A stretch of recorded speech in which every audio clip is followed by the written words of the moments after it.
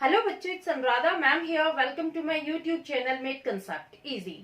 आज के video lecture में असेसमेंट ऑफ पर्सनालिटी को कंटिन्यू करते हुए मैं एक्सप्लेन करूंगी प्रोजेक्टिव टेक्निक्स।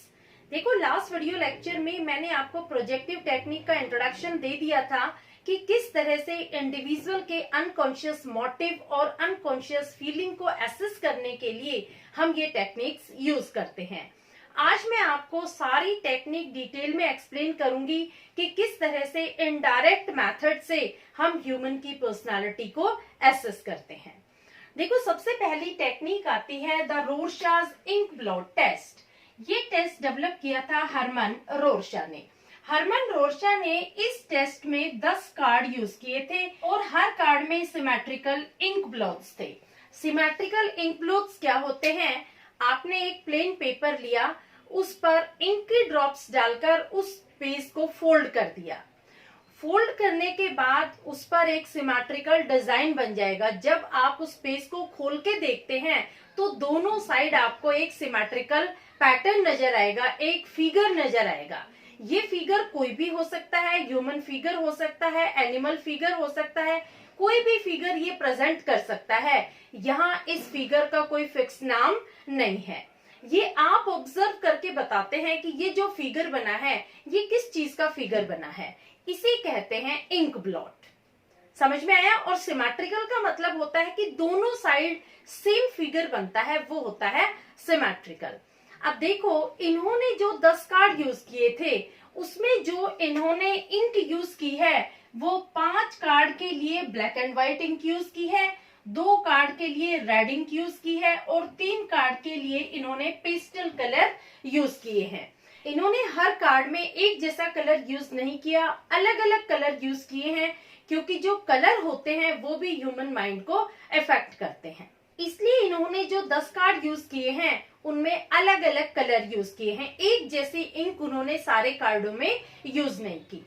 इसके अलावा इन्होंने जो व्हाइट बोर्ड यूज किया था वो था 7x10 साइज का, यानी जो कार्ड इन्होंने यूज किए थे टेस्ट कंडक्ट करने के लिए उसका साइज था 7x10। अब देखो, ये जो टेस्ट एडमिनिस्टर किया गया था 2 फेजेस में एडमिनिस्टर किया गया था। पहला फेज था परफॉर्मेंस फेज और दूसरा फेज था इंक्वायरी फेज। अब देखो, सबसे पहले मैं आपको एक्सप्लेन करती हूँ परफॉर्मेंस प्रॉपर। परफॉर्मेंस प्रॉपर में क्या होता है, सब्जेक्ट को कार्ड शो किए जाते हैं, उनसे पूछा जाता है कि बताओ आपको कार्ड में क्या नजर आ रहा है।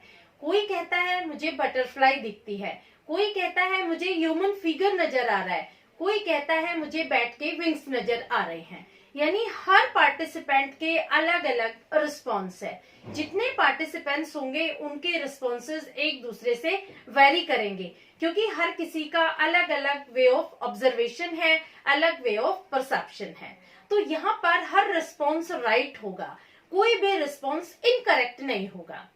या जो पर्सनालिटी एसेस की जाएगी वो उनके रिस्पॉन्सेस के बेस पर एसेस की जाएगी। ऐसा नहीं है कि किसी ने बटरफ्लाई बोला है तो उसका रिस्पॉन्स गलत होगा, नहीं, हर रिस्पॉन्स सही होगा। उनके रिस्पॉन्सेस को रिकॉर्ड किया जाएगा और उनके रिस्पॉन्सेस के बेस पर उनकी पर्सनालिटी का एसेसमेंट होगा।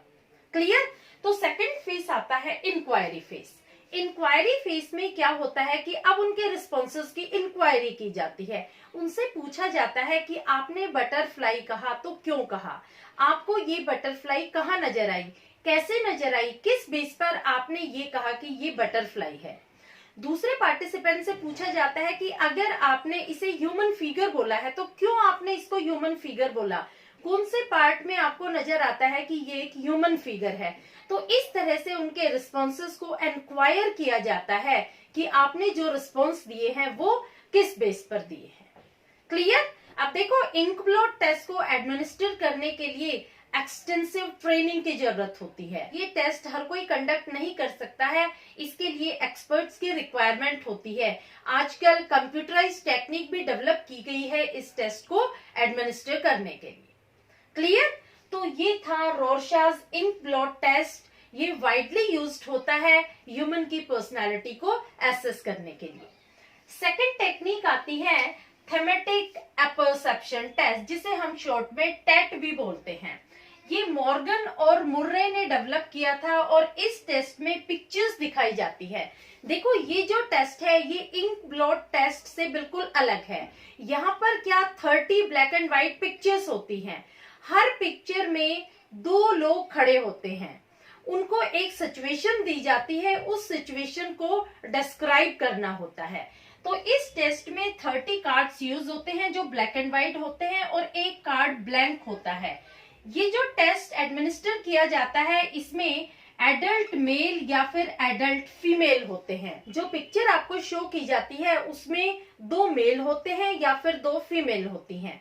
आपसे पूछा जाता है कि बताओ ये जो सिचुएशन है इसमें ये एट प्रेजेंट क्या कर रहे हैं, इनकी सिचुएशन फ्यूचर के बारे में क्या होगी, ये दोनों क्या सोच रहे हैं, ये क्या फील कर रहे हैं, ये सब आपको डिस्क्राइब करना होता है। ये टेस्ट एडल्ट मेल या एडल्ट फीमेल पर कंडक्ट किया जाता है, यानी हर पिक्चर में या 2 एडल्ट मेल होंगे या 2 एडल्ट फीमेल होंगी। उनको दिखा करके आपसे सिचुएशन डिस्क्राइब करने के लिए बोला जाता है। इस टेस्ट में मिनिमम 5 कार्ड्स अप्रोप्रिएट होते हैं और मैक्सिमम 20 कार्ड्स, यानी 20 कार्ड्स अप्रोप्रिएट होते हैं। किसी की पर्सनालिटी को एसेस करने के लिए आपको 20 कार्ड्स दिखाए जाते हैं और 20 कार्ड्स को जब आप इलस्ट्रेट करते हैं तो उनके बेसिस पर आपकी पर्सनालिटी को एसेस किया जाता है। इस टेस्ट में डिस्क्राइबिंग करनी पड़ती है सिचुएशन, यानी आपको स्टोरी बनानी होती है। जो सिचुएशन में वो लोग खड़े होते हैं वो सिचुएशन आपको डिस्क्राइब करके उस पर एक स्टोरी इलस्ट्रेट करनी होती है। ये टेस्ट उमा चौधरी ने इंडियन वर्जन में अडॉप्ट किया था। नेक्स्ट टेक्निक है रोजनवेग्स पिक्चर फ्रस्ट्रेशन स्टडी। इसे शॉर्ट में पीएफ स्टडी भी बोला जाता है। ये टेस्ट डेवलप किया है रोजनवेग ने। देखो यहाँ पर उन्होंने फ्रस्ट्रेटिंग सिचुएशन के बारे में स्टडी किया है। इन्होंने यहाँ पर क्लाइंट के फ्रस्ट्रेशन को स्टडी किया है कि जब क्लाइंट फ्रस्ट्रेटेड होता है, जब सब्जेक्ट फ्रस्ट्रेटेड होता है तो किस तरह से वो बिहेव करता है।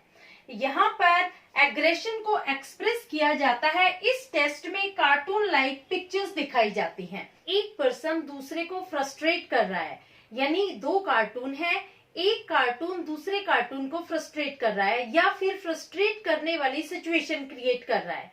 तो यहाँ पर सब्जेक्ट से पूछा जाता है कि बताओ अब जो फ्रस्ट्रेटेड पर्सन है वो क्या करेगा, वो क्या फील कर रहा है। तो यहाँ पर उसके डायरेक्शन ऑफ एग्रेशन चेक की जाती है कि अगर क्लाइंट फ्रस्ट्रेशन की सिचुएशन में होगा तो कैसे बिहेव करेगा। तो इसमें देखो 3 तरह के रिस्पॉन्सेज होते हैं। अगर क्लाइंट फ्रस्ट्रेटिंग पर्सन की तरफ फोकस करता है तो इसका मतलब उसका एग्रेशन एनवायरनमेंट की तरफ है।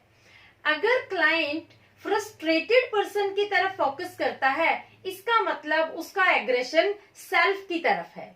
अगर क्लाइंट चुप रहता है, सॉल्यूशन देने की कोशिश करता है या दोनों में से किसी की तरफ भी नहीं बोलता है, इसका मतलब है कि वो सिचुएशन से भाग रहा है, वो सिचुएशन को फेस नहीं कर रहा। तो इस तरह से पीएफ स्टडी कंडक्ट की जाती है क्लाइंट के फ्रस्ट्रेशन को चेक करने के लिए, उसके बिहेवियर को चेक करने के लिए कि जब वो फ्रस्ट्रेटेड होता है तो किस तरह से वो बिहेव करता है।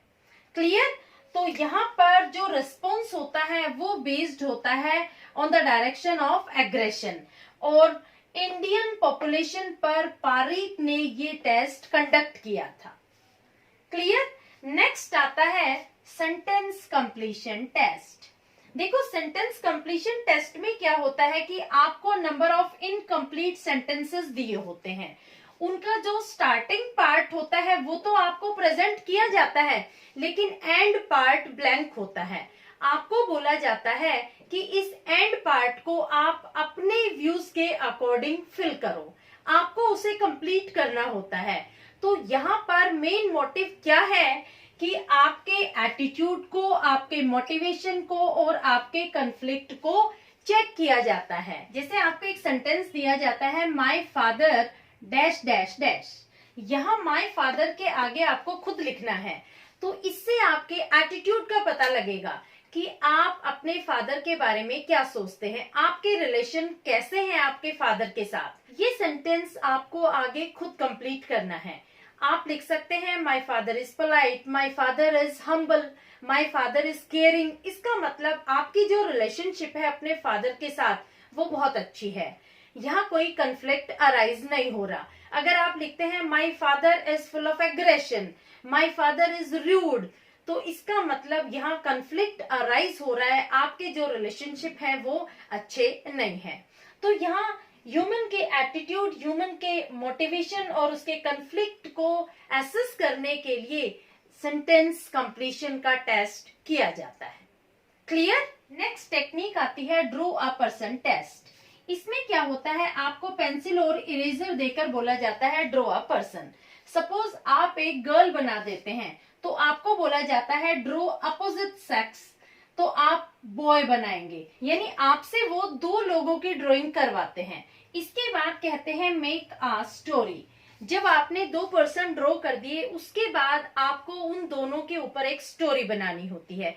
स्टोरी के बेस पर वो आपकी पर्सनालिटी को एसेस करते हैं। अब देखो, स्टोरी के बेस पर तो पर्सनालिटी को एसेस करेंगे ही करेंगे, लेकिन वो ड्राइंग के बेस पर भी पर्सनालिटी को एसेस करते हैं। अब देखो, ड्राइंग के बेस पर किस तरह से वो आपकी पर्सनालिटी को एसेस करते हैं ये मैं आपको एक्सप्लेन करती हूँ। 3 पॉइंट मैंने दिए हैं, तीनों पॉइंट आपको एक्सप्लेन कर रही हूँ।